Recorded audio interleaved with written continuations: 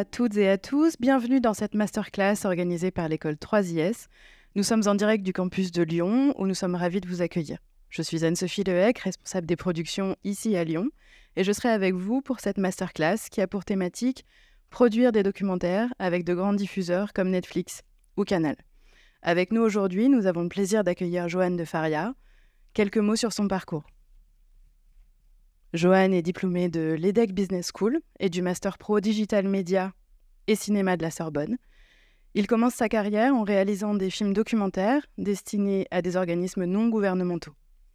Il suit ensuite la sortie internationale du film Home de Yann Arthus Bertrand en Europe. Une des premières sorties multimédia simultanées. Cinéma, télévision, festival, DVD, séances gratuites en plein air. Après une dizaine d'années en vente internationale, où il supervise la distribution à l'international de films comme Poulet aux prunes de Marjane Satrapi ou La Palme d'Or, Un prophète de Jacques Audiard, il rejoint Upside en 2014 en tant que responsable des acquisitions pour les ventes internationales. Je vous propose de l'accueillir tout de suite. Joanne, c'est à toi.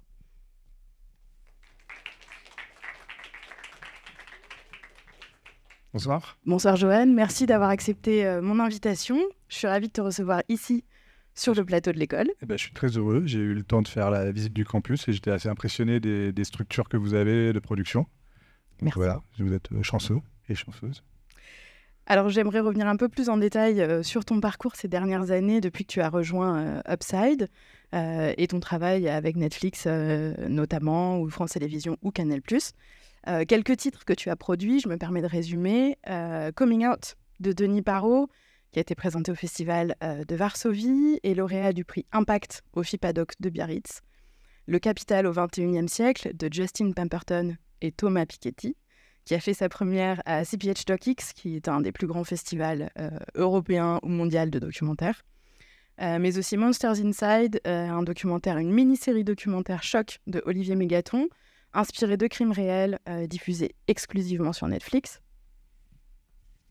Remontadas de Stéphane Basset ou OM dans les yeux des miens de Philippe Pujol, qui sont tous deux diffusés sur Canal+, qui sont des incontournables pour les fans de football. Plus récemment, enfin, deux de tes productions ont fait la une. Éloi, enquête d'un disparu, une mini-série documentaire produite pour France TV et réalisée par Bruno Dupuis, ou encore Sans issue, la tuerie de Chevaline, qui revient sur les faits dramatiques qui se sont passés en Savoie à l'été 2012. Enfin, le 20 mars dernier, sortait en salle Le Monde est à eux, un documentaire de Jérémy Fontagneux, produit par Upside et toi-même, qui suit le parcours d'un professeur en ZEP, parvenant à 100% de réussite au bac. Je vous propose de revenir en images sur cette carrière, ce début de carrière en tout cas, sur quelques-uns de ces titres avant d'entrer dans le vif du sujet. Un clip vidéo fait par Cécile, Denis Magnéto. Joanne de Faria est un producteur français. Il a notamment travaillé sur différents films documentaires tels que Coming Out, sorti en 2019. I'm about to tell my mom. I'll fucking do it. I'm scared. Hello? Are you filming? I am filming. I'm gay.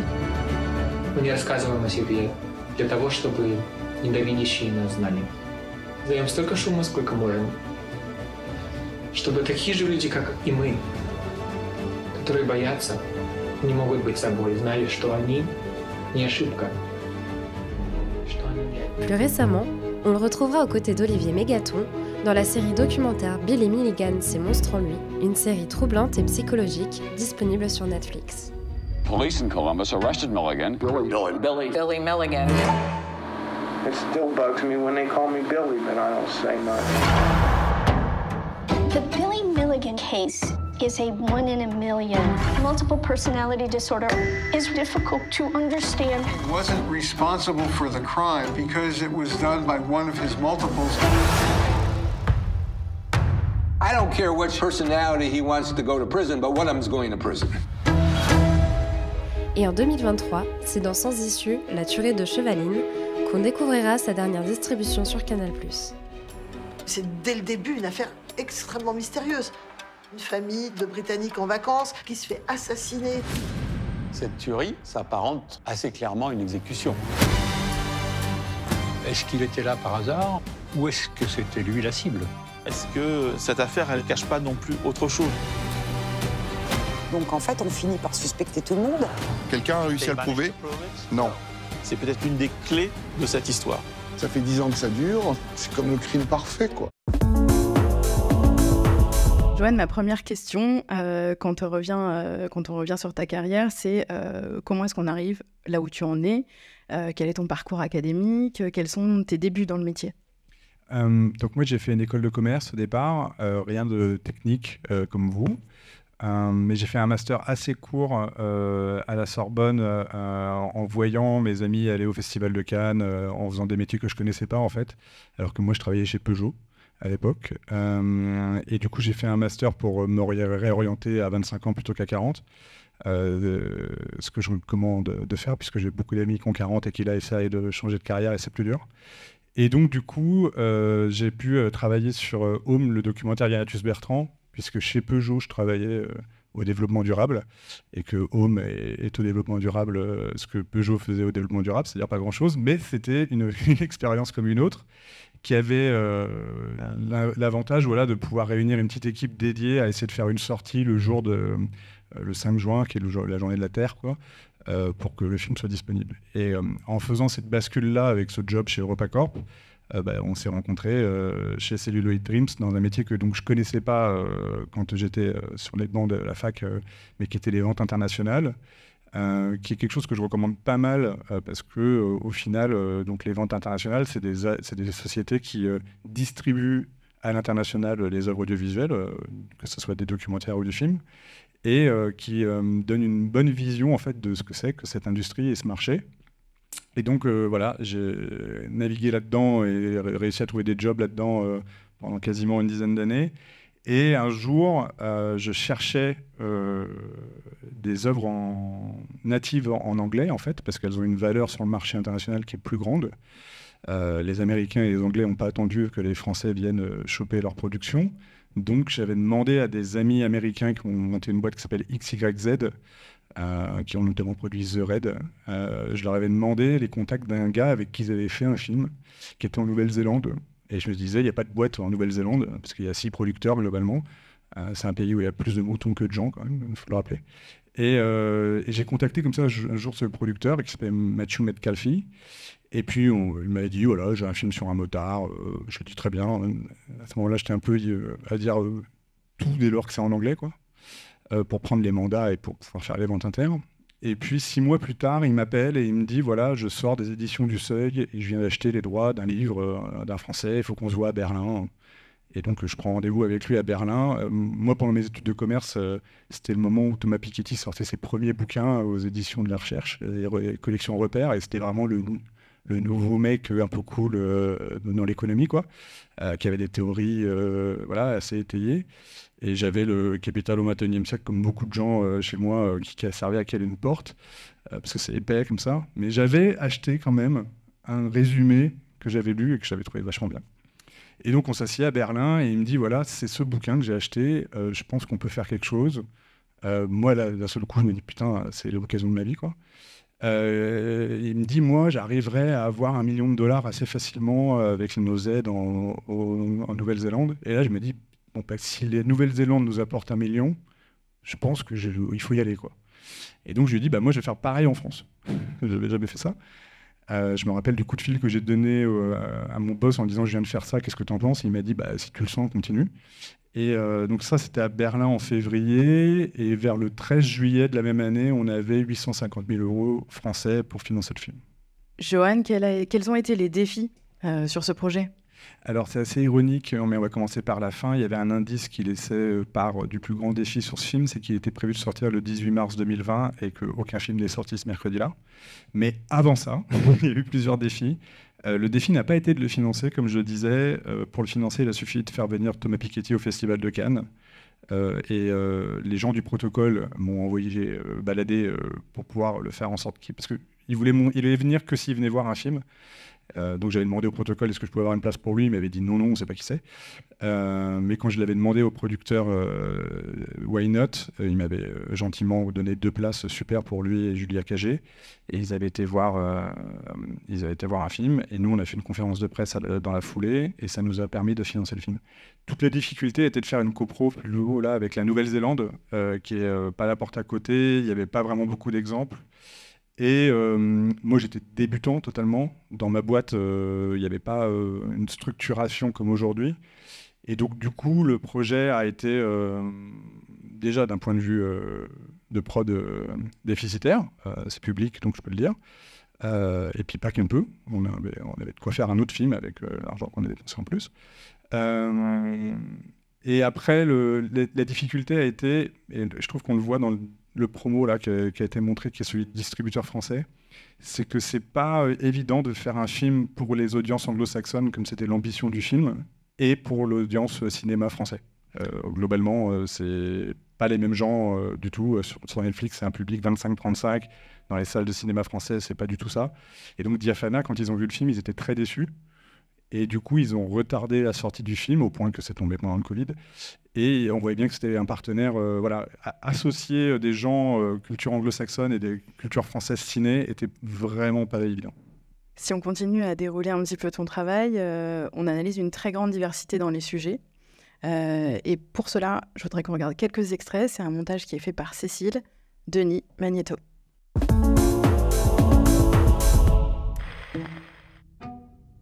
Have you ever seen someone change personalities right in front of your eyes? The Billy Milligan case is a 1 in a million. It was undisputed he committed a crime, and the question is whether he was innocent by reason of insanity. Billy was not typical. Multiple personality disorder is difficult to understand. Ce mec-là, soit c'est un fou, soit c'est un génie. Nouvelle création documentaire Canal+. C'est un mélange d'excitation et de tension. C'est quelque chose qu'on a quand même en soi. Ça me plaît, ça me plaît depuis le début. C'est le pilote français le plus titré de l'histoire. J'aurais jamais rêvé faire tout ça. Sa passion l'a mené au sommet. Ce qui était un moteur et qui allait vite et à sensation. Et l'animera toujours. De savoir que je suis encore capable de gagner, c'est quand même une sensation que je retrouve nulle part ailleurs. Je suis toujours un bloc dans le truc et j'ai toujours du plaisir là-dedans. C'est une histoire d'un petit garçon. Éloi Roland, âgé de 18 ans, est inscrit dans une école de langue à Auckland, mais il n'a plus donné signe de vie après le 7 mars dernier. Depuis, plus rien. On n'a aucune idée avec qui il était, quand, comment. Éloi nous avait dit après le 8 mars, ce serait trop tard. Il a disparu le 7 mars. Moi, ça serait pas des gens forcément bien avec qui le rencontrer. Il a voulu me tuer. Éloi was posting really strange messages on Instagram. T'es bizarre, mec, t'as changé. Where did you get? Jean Pouvrier. Elwa wasn't the first one to go missing. Si quelqu'un doit le trouver, c'est moi. Bon, allez. Joanne, comment est-ce qu'on fait le lien avec des témoins sur des projets comme ça? Comment est-ce qu'on les rémunère? Comment est-ce qu'on gère les droits? Comment est-ce qu'on les convainc de participer? Alors là, il y a 3 exemples très différents. Le premier avec Billy Milligan, le film est uniquement possible. Quoique Billy Milligan et Éloi, c'est assez proche. Billy Milligan, c'est uniquement possible parce que la sœur, qu'on voit dans le film à un moment, participe avec nous. Aux États-Unis, effectivement, il est assez simple de payer les gens pour qu'ils participent à un documentaire. En France, je ne sais pas si c'est légalement interdit, en tout cas, c'est déontologiquement prohibé. Pour autant, lorsque quelqu'un fournit des photos de sa famille, on est en droit de les acheter. Donc, je vous laisse deviner comment on fait pour contourner ça. Sur Sébastien Loeb, c'est un peu différent, parce que là, pour le coup, c'est lui direct qui a même une structure de gestion de son image. Les sportifs, franchement, c'est beaucoup plus cadré. Voilà. Donc, c'est assez logique lorsqu'on fait un film, je trouve, sur un personnage comme Sébastien Loeb. On a eu Karim Benzema aussi dans un documentaire, d'avoir cette discussion-là, finalement. C'est vraiment le monde dans lequel ils sont, et nous... On est dans un monde global dans lequel les productions anglo-saxonnes sont nos rivales. Donc si on ne peut pas avoir les mêmes armes pour essayer de faire des films un tant soit peu intéressants, on se retrouve vraiment largué. Après, lorsqu'il s'agit de films dans lesquels, voilà, comme Eloi et Billy Milligan, dans lequel il y a vraiment un point de vue, une enquête, les parties prenantes ne sont pas directes, c'est vrai que notre manière de faire, qui ne lie pas les parties par des contrats, ils n'ont pas le droit de regard, etc., comme ça doit être le cas, j'imagine, dans les contrats américains, nous, on a quand même une liberté plus grande, parce qu'il n'y a pas un cadre légal pour eux qui leur permet véritablement de venir nous contrôler. Après, dans la gestion, il ne me serait jamais venu à l'idée de faire des films qui ne plaisent pas aux familles en question, mais elles n'ont pas vu de version intermédiaire. Donc, on leur montre quand on peut en premier. Avec Netflix, ça n'a pas été possible.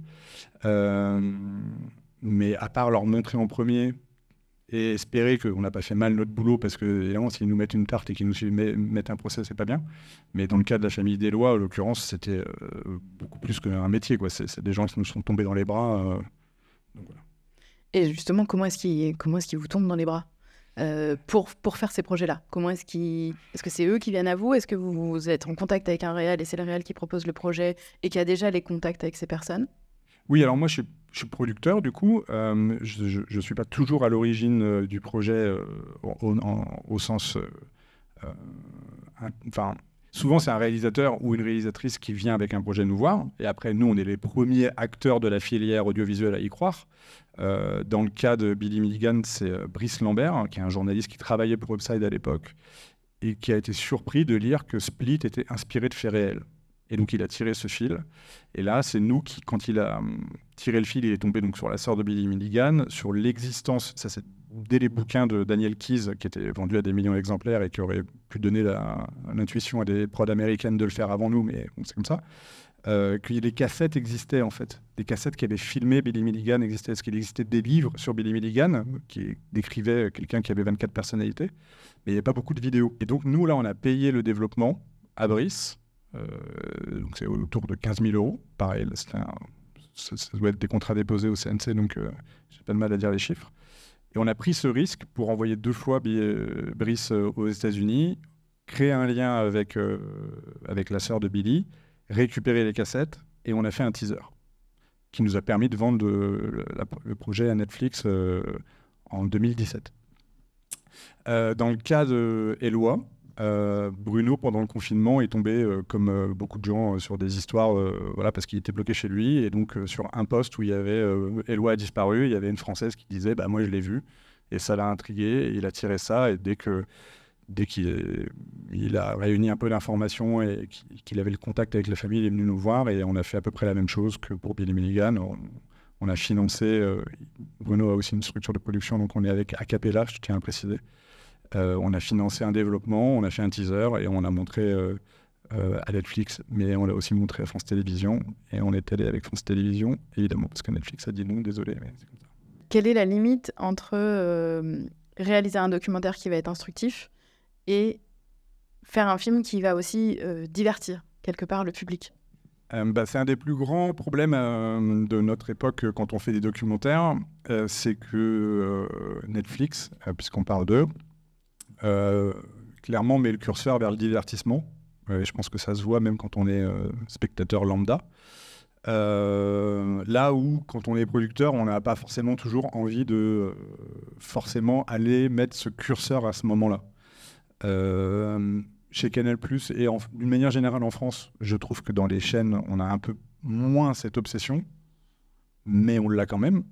Et de toute manière, à partir du moment où on n'est plus dans des cases de reportage, et qu'on est dans les cases documentaires, on est normalement libre de ne pas traiter l'actualité et de prendre du recul, mais on est quand même jugé vachement dans l'idée que des gens vont venir voir nos films.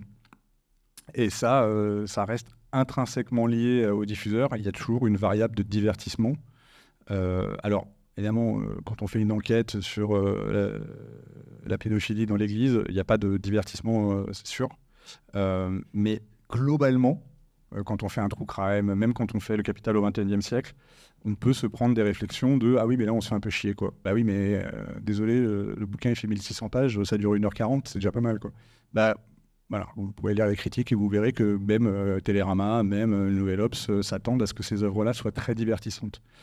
C'est vraiment intrinsèquement, je pense, lié à l'époque dans laquelle on vit, quoi. On continue dans cette diversité de projets sur lesquels tu as travaillé. Je vous propose de visionner quelques extraits de Dieu est une femme et des petites danseuses, qui sont 2 documentaires extrêmement différents.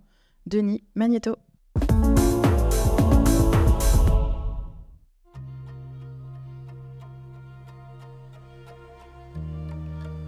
Waring kasi tayo gusap. Wegi sobe sa gusto francés. Wega ni mas tibege ampe marga hoy no ni koye. Aquí ni bango ibe susto. Película yo busco diro.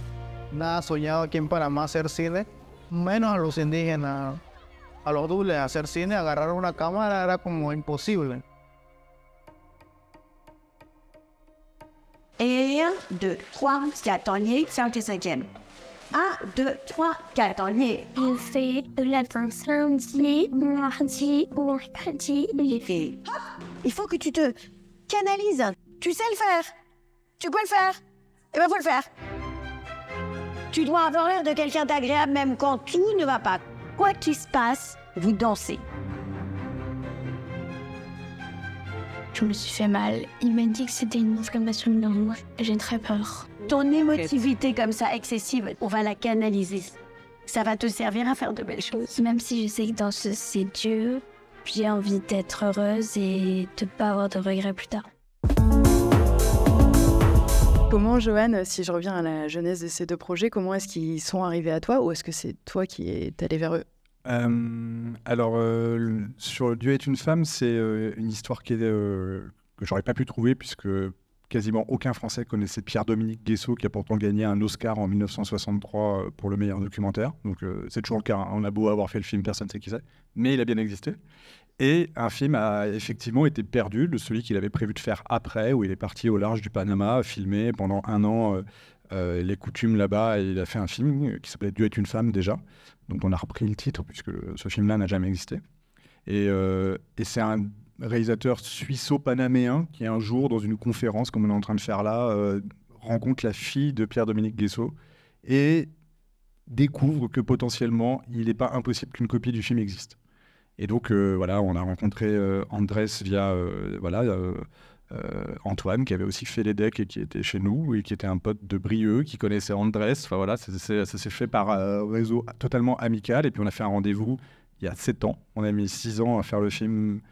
Et voilà, c'est la vie des films. Tandis que sur Petite danseuse, je parlais avec une productrice qui s'appelait Marie Van Glabeck, et qui me disait qu'elle n'arrivait pas à financer un film sur cette école de danse là qu'elle aimait bien. Elle avait des accès, c'était super, mais aucune chaîne n'en voulait, aucune chaîne de télé trouvait ça suffisamment bien. Peut-être à raison, je sais pas, mais moi spontanément je lui ai dit qu'en fait elle voulait faire un film trop arty, et on en revient à cette notion de divertissement, pas assez dans une case pour la télé, et donc le cinéma, parfois, si on arrivait à trouver un financement, et on voit bien la différence de 2 financements entre quand on va tourner pendant 7 ans au Panama et quand on fait un film dans la banlieue de Paris. En gros, dans la banlieue de Paris, si vous avez l'aide de la région, vous pouvez faire un documentaire, ce qui a été notre cas. Dès qu'on a eu l'aide de la région Île-de-France, on savait qu'on allait faire le film. S'il n'y avait pas eu le Covid, on aurait fait sans doute plus que 7500 entrées, mais au final, on a fait 7500 entrées, qui étaient, dans cette période-là, déjà un miracle. Le film a été décalé 2 fois, mais voilà, on l'a vendu à Ciné+, il est disponible sur les plateformes. C'est un joli petit film, entre guillemets, qui a permis à Anne-Claire de s'associer avec Mathias Théry. Mathias Théry a fait beaucoup de films, notamment La Cravate ou La sociologue et l'ourson. Mais Anne-Claire, elle avait jamais fait que des reportages, notamment sur TF1 Reportages, etc. C'est d'ailleurs comme ça, je crois qu'elle s'était connue avec Marie. Et mine de rien, ça lui a permis de prendre une narration très différente que celle qu'on aurait fait en télé. Et moi, j'aime beaucoup le film. C'est un film que je vous recommande si vous avez l'occasion. Même s'il n'a pas trouvé son public comme d'autres projets dont on a parlé. Mais voilà. Donc parfois, c'est vrai qu'on est... c'est parce qu'on intervient en tant que producteur que le film existe. Et clairement, Petite danseuse, c'est le cas. Et sur Dieu est une femme, qui peut paraître niche quelque part sur son sujet, mais qui a nécessité des années de travail, de voyage. Comment est-ce qu'on finance un projet comme ça ? Sur Duet une femme, on avait tout de suite l'ambition artistique d'avoir pas du tout une configuration tu te débrouilles, tu pars avec ton AFA ou avec ton Nikon et puis tu vas t'en sortir. On voulait pas du tout ça. Donc quand on veut pas ça, on est obligé, et qu'on a un projet de niche comme ça, l'aide de la région, l'avance sur recette, enfin bref, tout un parcours en fait, de financement avant d'aller voir les diffuseurs ou les distributeurs. Qui permet de décupler le financement du film versus les 100 000 € que donne France Télé en moyenne, on va dire, pour faire un film. Là, on a réussi à avoir autour de 400 000 € sur ce projet, en tout. Donc, ce qui a permis d'avoir un étalonneur qui n'a pas travaillé une demi-journée rapidement, mais pendant 10 jours, et qui avait une expérience de cinéma. Idem pour la musique, pour le son. Ça permet de multiplier les voyages là-bas, de faire la projection du film de Pierre-Dominique Guestot là-bas aussi. Donc, c'est un documentaire dans lequel ce qu'on filme, on l'a nous-mêmes conçu, quoi, et financé. Donc, c'est pour ça que ça a pris longtemps, en fait. L'avance sur recette, ça prend 6 mois avant d'avoir une réponse. Il se trouve qu'on a passé 3 fois l'oral et que 3 fois ils nous ont dit non, donc en plus, on n'était pas contents. Mais on a aussi fait une coproduction avec la Suisse, comme la nationalité du réalisateur nous le permettait, pour compléter le financement. Donc, on a une aide régionale suisse en plus. Voilà. Est-ce que quand on trouve un filon de financement, un endroit où on se dit tiens, là ça passe, est-ce qu'on se dit je vais essayer de refaire des films dans cette veine-là parce que ça a marché une fois, pourquoi ça ne marcherait pas 2 fois? Oui. Alors là, on bascule sur une conversation de gérer une boîte. Et c'est sûr que quand on veut gérer une boîte, il vaut mieux essayer d'avoir des récurrents, des choses qu'on arrive à faire plus facilement. Chez nous, normalement, c'est notre proximité, on va dire, avec Canal+, qui fait que c'est quelque chose qu'on essaye de développer. Donc, on a ce réflexe-là. Mais en fait, il faut imaginer que tous les acteurs de l'industrie et du documentaire comme de la fiction, c'est pareil, sont indépendants. Et à chaque fois, c'est des organismes, c'est plusieurs personnes dans un comité de sélection qui vont intervenir. Il y a plein de mécanismes qui font que c'est pas si simple d'avoir une sorte d'abonnement comme ça, même s'il est évident qu'avec le temps, on tisse des liens qui reviennent un peu à ça et que moi, je suis un jeune producteur, même si je suis vieux par rapport à vous, mais il y a beaucoup de producteurs qui ont 20 ans de plus que moi et qui ont des relations avec des grands diffuseurs qui sont de l'ordre de quasi l'automatisme. Moi, j'ai pas du tout ça. Un jour, j'ai présenté un projet à Arte, ils m'ont dit c'est un bon sujet, c'est une bonne réal, c'est un bon dossier, 2 points, ouvrez les guillemets, mais très peu de gens savent faire ça. Donc, pas moi, quoi. Pas encore. Maintenant, quasiment tous tes projets ont un diffuseur dès le début. Pourquoi? Comment est-ce qu'on en arrive à ça? Typiquement, un diffuseur comme Canal+, c'est pas une personne qui est mon interlocuteur tout le long de l'année. Il est évident que nous, on propose des sujets sport à Canal+, qui est la première chaîne de diffusion de sport en France, régulièrement, puisque ça fait partie de leur ADN. Donc là, il y avait un film sur l'OM de Philippe Pujol, on a fait Remontada avec Karim Benzema. Là, on est en train de faire un film sur la F1 et le MotoGP.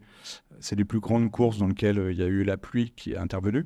Donc voilà, on a une relation avec eux dans ce cas-là qui est de vraiment beaucoup d'échanges en amont sur la création du film qu'on va faire, et même beaucoup d'échanges pendant, parce que leurs journalistes connaissent peut-être un tel, que ça peut nous être utile, que l'achat d'images d'archives peut être conjoint avec d'autres programmes de la chaîne. Donc là, voilà, quand on travaille pour le service des sports, on n'est pas intégré, mais en tout cas, on est dans un énorme dialogue avec eux. À l'inverse, Le Monde est à eux, c'est un film qui est acheté par le pôle cinéma de Canal+, par Laurent Acide et son équipe, que je remercie. Et en cinéma, Canal+, c'est pas très interventionniste, je pense. Il faut les convaincre, mais une fois qu'on les convainc, et c'est le cas souvent en cinéma, on revoit les diffuseurs qu'à la fin, quoi. C'est ça le deal un peu. Parce qu'il y a une sorte de liberté de l'auteur, etc. Donc voilà, c'est des projets qui sont très différents. Et sur Netflix? Alors, sur Netflix, c'est vraiment, comme tous les studios américains, ça n'a rien à voir. Quand vous vendez un projet à une chaîne en France, vous vous mettez d'accord sur un budget, tout le monde fait semblant que c'est le bon budget, et vous vous arrangez pour faire le film pour moins cher. Et plus vous faites le film pour moins cher, plus vous gagnez d'argent. Et la chaîne vous donne toujours le même montant, et fait toujours semblant de ne pas comprendre les chiffres qu'il y a derrière. Je caricature, mais c'est pas loin d'être ça. Quand vous faites un film pour Netflix, vous passez plusieurs étapes, et puis au bout d'un moment, vous envoyez un budget avec 300 lignes, et vous faites une réunion avec eux, et il n'y a pas une ligne dont vous n'avez pas parlé. Donc à la fin, le budget, il est beaucoup plus serré, beaucoup plus précis. Et surtout, après, pendant la prod, nous, tous les 15 jours, on avait une réunion de 1 heure par Zoom. Et alors, pour l'anecdote, ils nous ont envoyé une télé avec une Google Chrome associée pour être sûr qu'on soit là à l'heure et que ce soit simple de se connecter au truc, tu vois. La télé était grande comme ça, et on s'est dit, ils font ça à chaque fois quand même. Mais bon, ça va être peanuts dans leur budget, mais on était quand même assez touchés de l'attention. Et donc, tous les 15 jours, on fait une réunion avec eux dans laquelle on regarde, voilà, vous avez prévu qu'à tel moment, vous ayez dépensé 547 000, vous avez dépensé 618 000, pourquoi ? Donc, c'est plus précis. Mais tu peux quand même dépasser. Alors, il vaut mieux pas dépasser. Nous, il se trouve que la production a été assez complexe et qu'on a fini par faire un épisode en plus. Ce qui se ressent peut-être d'un point de vue éditorial, mais on a réussi à équilibrer les comptes comme ça. A priori, il ne faut pas dépasser le contrat que tu signes avec Netflix, c'est que si tu dépasses, c'est pour ta pomme. Donc, Et les économies que tu fais, c'est pour ta pomme. Ah bah non, parce que en fait, Netflix te dit, voilà, tu vas marger à 10% sur la prod, donc tu signes pour 3,5 millions, tu as 10% de marge, plus ton salaire. Fini. Ouais. Ok. Donc c'est pas du tout la même logique que en France où on te file 300, tu prends 80 au CNC et après si tu as fait le film pour 100, tu as gagné la différence. En général, tu peux pas faire le film pour 100 parce que tous les techniciens, et vous serez des techniciens, vous serez payés selon des conventions et il y a quand même un nombre de jours minimum pour pouvoir faire un film qui fait que peu ou prou ça correspond, tous ces trucs-là. Mais c'est vrai que les budgets que j'ai des chaînes françaises ne correspondent pas au projet. Ils correspondent à une case. Voilà, tu fais du prime time France 2, t'attends. Tu fais prime time Canal, t'attends. Tu fais une deuxième partie, t'attends. Et justement, c'est combien de temps ? Ça varie. Je pense que l'apport moyen d'une chaîne française pour 1 heure de programme documentaire, c'est autour de 100 000 €. Quand voilà, je parlais de ça, de Planète à France Télévisions, c'est un montant qu'on donne souvent. L'apport d'une chaîne permet aux sociétés qui sont éligibles à ça de systématiquement convoquer de l'argent du CNC. Donc, que vous connaissez, c'est une institution française qui abonde automatiquement dès lors qu'on est considéré comme un documentaire. Si on est du reportage, non, mais quand on est considéré comme un documentaire, on peut mobiliser de l'argent en plus du CNC. Et globalement, cette enveloppe-là permet de faire, je pense, 70% des films. Après, si on a besoin de financement en plus ou qu'on a besoin d'argent pour la prod, il y a tout un système d'aide. On peut aussi demander un peu d'argent aux distributeurs internationaux. On peut demander de l'argent à des banques qui permettent évidemment de compléter le financement. Il y a des systèmes de Sofica où ils peuvent être intéressés sur les recettes, c'est-à-dire ils vous avancent de l'argent puis derrière ils récupèrent plus de recettes. Donc après c'est à vous de faire le calcul de est-ce que vous voulez mieux vous payer sur la prod un salaire, ou plutôt vous lui dire mais attends, en fait ce truc là ça peut faire des millions d'entrées, je préfère garder mes parts. Dans le documentaire c'est rarement des blockbusters derrière, donc il vaut mieux marger quand on fabrique le film. Et tu mentionnais tout à l'heure le fait d'envoyer ton réalisateur sur le terrain, de faire un trailer et à partir de ce moment-là d'aller voir les chaînes. Est-ce qu'on fait toujours comme ça ? Est-ce qu'il y a d'autres façons de faire, d'autres moments ? Quel est le bon moment pour aller aborder les diffuseurs ? Alors, je vais commencer par l'exception. Il y a une directrice de France 3 au cinéma qui a dit « Ah non, envoyez pas de trailer, ça tue l'amour. Faites pas ça. » Mais globalement, tous les autres, quand tu leur envoies un long dossier, ils n'ont pas le temps de le lire. Donc, du coup, souvent, tu fais un trailer, quoi, parce qu'il faut imaginer que déjà, en œuvre fabriquée, il y en a beaucoup trop. C'est impossible qu'on ait tous trouvé 10% de ce qui se produit. On n'a pas vu l'essentiel de ce qu'on fait. Donc, il faut imaginer que ça, en termes de projet, ça doit être au moins x3 ou x4. Et que je ne sais pas combien de projets reçoit le directeur des programmes documentaires de Canal, mais ça doit être en centaines par mois, quoi. Donc après, derrière, il faut quand même qu'ils suivent les projets un peu et qu'ils aient des réunions en interne, etc. Donc c'est vrai que surtout maintenant avec nos outils, et on parlera peut-être de l'IA derrière, mais on n'a vraiment quasiment plus aucune raison de ne pas faire un trailer d'un film dès lors qu'on a l'intuition qu'on est capable de faire le film. Donc moi, j'essaie de le faire à chaque fois, quoi. Mais c'est du taf. Faire un bon trailer, c'est pas en claquant des doigts, quoi.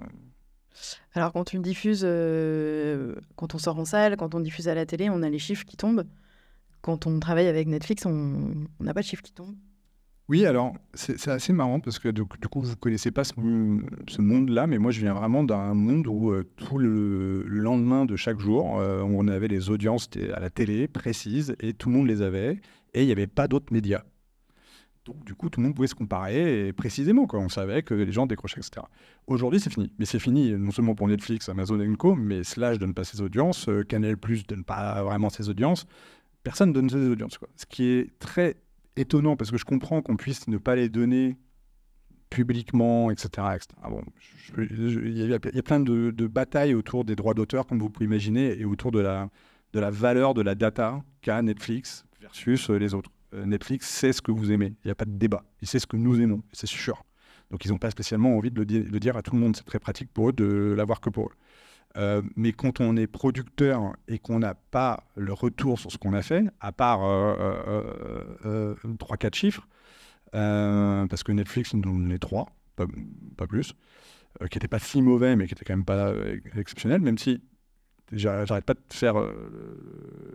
on a fait plein d'échecs, mais Billy Milligan, le premier mois, c'est dans le top 10 monde, toutes plateformes confondues, avec seulement 4 épisodes. Parce que c'est ça qui est marrant aussi, c'est qu'avant, on avait des pourcentages de gens qui regardent. Aujourd'hui, c'est à la minute. Donc si vous faites 10 épisodes de 3 heures versus un film de 20 minutes, bon, bah déjà, vous êtes mort avec votre épisode, quoi. Vous ne pouvez pas comparer. Il n'y a pas de... quand vous regardez même Flix Patrol, etc., les classements, c'est des classements en volume de temps passé, quoi. D'où, si les gens regardent les 10 premières minutes et qui sont très très nombreux, vous pouvez avoir un super score, quoi, parce que ça s'accumule tous, quoi. Alors que quand tu arrivais à une analyse plus précise des audiences, bah, tu pouvais dire non, c'est du bullshit, ça n'a pas marché. Idem avec les vues sur YouTube, quoi. Les créateurs de contenu, pour le coup, de YouTube ont accès à une donnée folle de data sur eux. Mais s'ils ne se comparent pas et s'ils ne se mutualisent pas, ils ne peuvent pas comparer et avoir la moindre idée de ce que les autres font. Donc c'est quand même très bizarre d'être dans un milieu comme ça et d'être aveugle, en fait. Et donc, du coup, ça a renversé quand même pas mal de pouvoir, hein, le fait qu'il n'y ait pas de transparence sur cette info, je trouve. Actuellement, c'est un bon moment pour être producteur, il y a beaucoup de clients, mais on a très peu de visibilité sur ce qu'on fait. Alors, il se trouve que, voilà, parfois, quand on en a... c'est souvent des bonnes nouvelles parce qu'ils ne peuvent pas le cacher, quoi. Je vais enchaîner tout de suite avec des questions qui nous viennent des étudiants qui sont ici dans la salle ou de ceux qui nous suivent sur Twitch. Première question, c'est une question de Florian. Sur quel point ton diplôme de l'EDEC t'est bénéfique pour ton métier actuel ? Alors, surtout sur la vision de la boîte, qui n'est pas ma boîte, mais j'aime bien participer.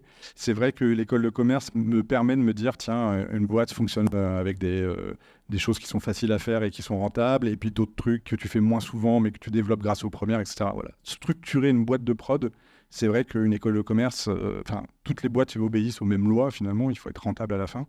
Et donc cet aspect-là, de se dire, oh là là, je ne suis pas qu'un auteur, je suis pas... c'est vrai que l'école de commerce m'aide à me dire, regarde, quand tu filmes à Marseille des gens, tu gagnes plus d'argent que quand tu fais 3 fois le tour du monde, c'était évident, enfin voilà, ce genre de choses. Je vais enchaîner avec une question de Sabine. Tu parles de tourner à Marseille ou de tourner à l'autre bout du monde. Est-ce qu'on se pose la question de l'éco-production aujourd'hui en prod ? Alors, le CNC a lancé, ça y est, maintenant un label d'éco-production, donc il est incitatif.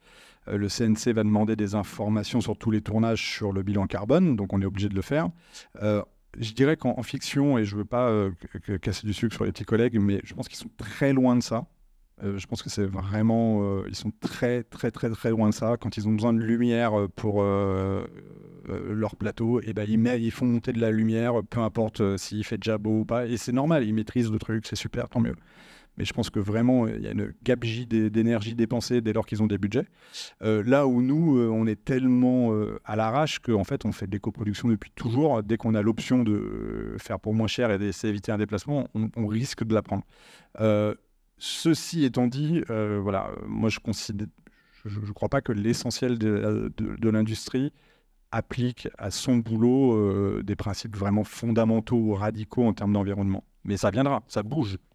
Mais nous, sur Eloi, par exemple, à un moment, on a une des personnes qui dit, qui a passé pas mal de temps avec elle était en échange aux États-Unis. Ça ne nous est pas venu à l'idée d'envoyer Bruno aux États-Unis. On a fait un Zoom, on a pris un JRI sur place et on a tout fait à distance. Et, enfin, je pense que ça marche très bien, en fait. Comment est-ce qu'on a envie Et comment est-ce qu'on passe du docu à la fiction ? Alors oui, on a envie. Moi, pour rien vous cacher, quand j'ai pris le job d'acquisition de programme chez Upside ou Vente Inter, mon but c'était d'y rester le moins de temps possible et de retourner dans le ciné juste après. D'ailleurs, je précise un truc, tu as dit en intro, Un prophète, c'était pas Palme d'Or. C'est le film d'après, c'est Dipan qui a eu la Palme d'Or, sur Jacques Audiard. Ça me revient là, d'un coup, je pense à ça. Donc voilà, moi j'ai toujours envie de faire de la fiction. Il se trouve que jusqu'à présent, je trouvais très intéressant le documentaire parce que justement les rythmes étaient plus courts et que j'ai pu. Voilà, je suis pas très vieux et je suis déjà content de voir quand on fait une résumé de ma carrière, il y a plein de trucs. Si j'avais fait la même chose en fiction, ça se trouve il y aurait 2 courts-métrages et je serais en train de vous dire que je développe une série. Là, j'en ai déjà fait plein et j'ai pu faire plein de choses plus vite en documentaire. Il y a une moi, je compare ça vachement à... On fait tous... si on faisait une analogie avec la musique, la fiction, c'est l'orchestre symphonique et nous, c'est le club de jazz à Paris, quoi. Mais au final, on a le même... voilà, il y a toujours un développement, un tournage, une post-prod. Il faut toujours trouver une narration là-dedans. Ce qui est intéressant avec le documentaire, c'est que c'est truffé de contraintes. A priori, il n'y a jamais tout. Il n'y a jamais toute la matière possible. Il n'y a jamais tout... T'as jamais le budget que tu veux, t'as jamais toutes les musiques disponibles, t'as jamais tous les personnages sont pas toujours en vie, voilà. Donc t'es obligé d'être créatif là-dedans. Maintenant, on parlait des séries qui ont eu un peu de succès chez nous. Nous, c'est sûr que spontanément, on essaye de les convertir en documentaire. Il y a une série de Canal qui est globalement inspirée d'un fait réel et je pense que le documentaire de Netflix, Les Rois de l'Arnaque, explique beaucoup pourquoi Canal fait... d'argent et de sang, j'espère que c'est dans cet ordre-là. Et je pense qu'il y a beaucoup de va-et-vient. Si on prend La Nuit du 12, c'est 15 pages d'un bouquin d'une nana qui a franchement écrit tout ce qui se passait dans un commissariat. Donc voilà, c'est une démarche documentaire. Et même Justine Triet dit, typiquement, j'ai pas voulu faire un documentaire, j'ai fait Anatomie d'une chute, et elle prend des largesses sur son fait divers, etc. Mais on voit bien le procès Goldman, etc. C'est très, très, très proche de la réalité. Donc, il y a une vertu à pouvoir accéder à de la fiction. Sur Chevaline, moi, je rêverais qu'on puisse le faire. La frustration de ne pas pouvoir évoquer des gens. Il y a un type qui vivait à côté, qui s'est pris en photo 3 mois avant. Il a des armes, il est anglais. Quand les flics l'arrêtent, il dit « mais j'étais sûr que vous viendriez me chercher ». Bon, voilà, c'est la seule chose qu'on peut mettre dans notre film, parce qu'il n'y a aucune archive, il n'y a rien. Moi, imaginez les 24 heures de ce mec quand il voit le fait divers arriver et se dire « putain, ça va me tomber dessus » parce que j'ai juste la gueule de l'emploi, quoi. Ça me ferait marrer de pouvoir le mettre, mais tu peux le faire qu'en fiction, par exemple. Ça. Dans le documentaire, c'est un gros détail. Tu as parlé de travail à l'économie, tu as parlé aussi d'être créatif. Le recours aux banques d'images, ça vous arrive, on est tenté, on ne le fait pas du tout? Si. Quand on a des problèmes Enfin, on ne va pas considérer la banque d'images tout de suite, normalement, comme un élément de la production. On va essayer de faire nos images. Mais très vite, si on a un budget, je ne fais aucune offense à certaines chaînes, mais si on a un budget qui ne nous permet pas de faire tout ce qu'on veut, on sait qu'un drone de New York, ça existe. Pas besoin d'aller à New York faire un drone. On sait même qu'un commissariat américain, ça existe. Beaucoup de choses existent sur les banques d'images. En documentaire, là où on met l'argent, c'est obtenir des témoignages incroyables. C'est quelqu'un sur une chaise qui vient te raconter sa life, quoi. Tout le reste, si on peut le faire dans une bonne économie et multiplier nos images, on va le faire. Alors, dans Chevaline, je vous laisse deviner combien d'images il y a de banques d'images. Il y en a vraiment plein. Mais en fait, ça existe depuis toujours. C'est marrant parce que je fais un lien, que tu ne me demandes pas, mais je le fais quand même. Sur Home, il y a des images de Home dans une palme d'or, et pas n'importe laquelle, dans Tree of Life. Voilà, dans Tree of Life, à un moment, il y a des images des chutes d'Iguazu. Et ces 2 films ont le même distributeur français, EuropaCorp. Et il voulait de Malik des images comme ça, et il a pris celle de Yann Arthus Bertrand. Et dans The Tree of Life, personne ne se rend compte que ces images-là ne sont pas de lui, quoi. Mais je crois qu'il y a toujours eu un peu ça, quoi. Et il se trouve que là, aujourd'hui, vu le volume, vu la capacité qu'on a d'aller chercher, même si un site tchèque a fait une banque d'images, même si une agence péruvienne met ses images en ligne, aujourd'hui, on a accès à tellement de choses que c'est vrai que c'est difficile de ne pas avoir le réflexe de se dire « Attends, est-ce que ce plan-là, il n'existe pas et pour combien je peux l'acheter ?» Et ça me permet de faire autre chose, parce que globalement, c'est ça que ça permet de faire. On ne se construit pas tous des piscines au sud de la France. Globalement, on essaye de faire des meilleurs films possibles, quoi. Et est-ce que l'outil qui vient après la banque d'images, c'est l'IA ? Bah oui. L'IA en post-prod est déjà présente, vachement. L'IA en tournage va l'être de plus en plus. C'est vrai qu'aujourd'hui, partir du principe qu'on ne parle pas la langue d'un pays est presque devenu obsolète, puisque quelqu'un parle et vous avez la traduction en simultané quasiment. Donc c'est impossible de pas utiliser, de pas savoir que, c'est difficile de pas partir du principe que cet outil-là existe et que si quelqu'un nous propose de l'utiliser, on le prend, quoi. Je dirais pas sur laquelle, mais sur une des bandes annonces que vous avez vues à un moment, on a eu un doute juridique sur un personnage au 4e plan. Bon bah on l'a remplacé, voilà, pour pas avoir de problème. Voilà, on a fait ce petit truc-là. C'est un plan très court. On s'est dit tiens, on le fait comme ça. Donc oui, on utilise l'IA parce que c'est un outil, qu'il n'y a aucun souci de le faire en fait. De toute manière, comme je disais, c'était déjà très présent dans nos outils bureautiques, quoi. Enfin, de construction, de montage, etc. Pour synchroniser les rushs, pour faire plein de trucs, c'est pratique. Maintenant, notre but n'est pas de se dire ah c'est super, regarde, l'IA fait à notre place. Parce que, en gros, si tu donnes la même consigne au même ordinateur, il risque de faire la même image pour plein de boîtes de prod. Donc, du coup, tu vois, mais ça perd sa valeur. Il faut quand même l'intégrer dans un truc qui corresponde à l'ère du temps, qui soit vendu, qui soit écrit.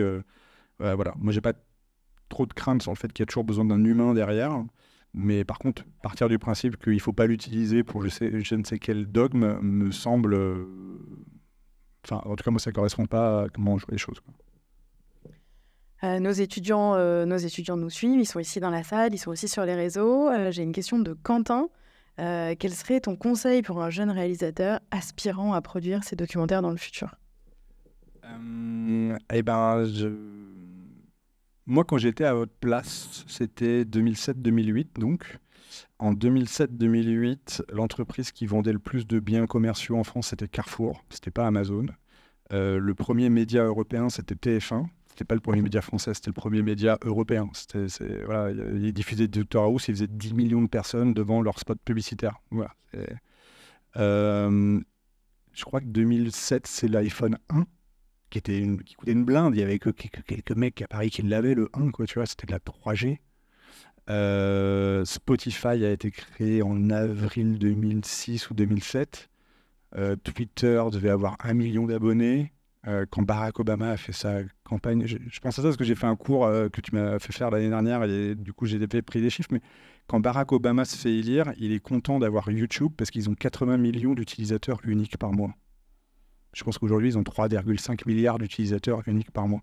Donc je m'en souviens plus très bien de ce que les jeunes m'ont dit à l'époque, mes profs m'ont dit à l'époque, mais ils ne pouvaient pas imaginer un seul instant les 15 années qu'on suivit. C'était impossible de prévoir qu'on allait pouvoir regarder de la vidéo sur son téléphone en illimité. Moi, mon père encore dit je m'en fous du Wi-Fi, j'arrive pas à exploser mon forfait et il regarde Canal+ sur son téléphone. Mais ça me surprend toujours, quoi. Moi, je suis toujours à me dire on se connecte au Wi-Fi. Et voilà, c'était impensable. Genre, je pense que personne n'a vraiment pu... j'ai oublié le plus évident. En 2007, Netflix envoie des DVD par la poste. Donc voilà, c'est le monde tel qu'on en parle là, dans 5 ans, il aura explosé sans doute. Donc aujourd'hui, ce qui est sûr, et on en parlait, je ne suis pas sûr qu'on arriverait là à trouver une œuvre qu'on a tous vue l'année dernière. Je parlais de Dr House qui faisait 10 millions d'audience, il n'y a plus rien qui fait vraiment ça si facilement. Donc il y a quand même une profusion d'œuvres, on n'a pas beaucoup le temps de tout regarder. Donc c'est vrai que d'un côté c'est bien parce que ça veut dire qu'il y a un marché de l'emploi, il y a un nombre d'œuvres qui va être fait qui est phénoménal, donc ça permet de se faire la main. Mais c'est vrai qu'à terme, il faut quand même réfléchir à qu'est-ce qui va rester, quoi, de tout ça, quoi. Comment tu te démarques là-dedans. Donc ouais, mon conseil, c'est de se dire que par contre, ce qui est sûr, c'est que les trucs que tu viens dire le lundi, j'ai vu ça, ça m'a plu, c'est basé sur de la dramaturgie. Et ça, les règles, c'est les mêmes depuis les Grecs, quoi. C'est basé sur des trucs un peu fondamentaux qu'après, tu peux adapter donc, comme tu veux. Dr House, c'est Sherlock Holmes dans un corps humain, quoi. On peut être créatif. En fait, la créativité se travaille, ça c'est sûr. Toutes les histoires ont sans doute été déjà racontées. Donc là, ça, je ne suis pas en train de dire pillez le travail d'un tel et mettez votre signature, mais voilà, il faut pas avoir peur de la page blanche. Aujourd'hui, ça n'aurait plus aucun sens, je pense.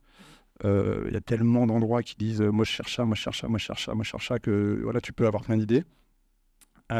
Toutes nos œuvres, par contre, ça c'est toujours vrai, malgré l'IA, etc., c'est des œuvres collectives. Un bouquin, un DJ peut peut-être avoir un discours différent sur des œuvres comme nous, une troupe de théâtre sans doute peut-être aussi, même si c'est collé. Nous, c'est des œuvres industrielles. Voilà, un film, c'est une œuvre industrielle. Peut-être que là, avec l'IA, on va pouvoir faire chuter les effets spéciaux et dans ta chambre, tu pourras en faire et c'est super.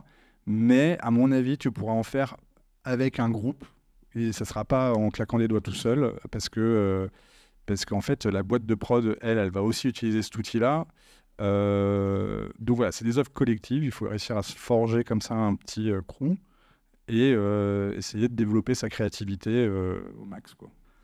Merci Joanne, on arrive au terme de notre échange ce soir. Il fut riche d'enseignements et je suis sûre que les étudiants en ressortent grandis. Merci. Merci à vous, c'était très touchant, c'est la première fois que je faisais ça comme exercice, merci.